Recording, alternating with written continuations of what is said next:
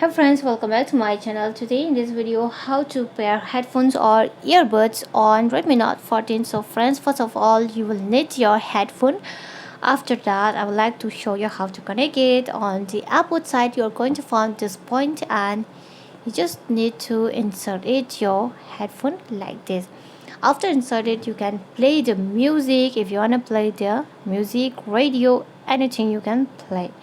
Okay friends, and about the earbuds you just move on setting, then turn on the Bluetooth, and here you can check it out your Bluetooth name. Okay, when your Bluetooth name have been entered here, it's shown here, then you just click on your Bluetooth. After clicking on your Bluetooth, it will pair successfully.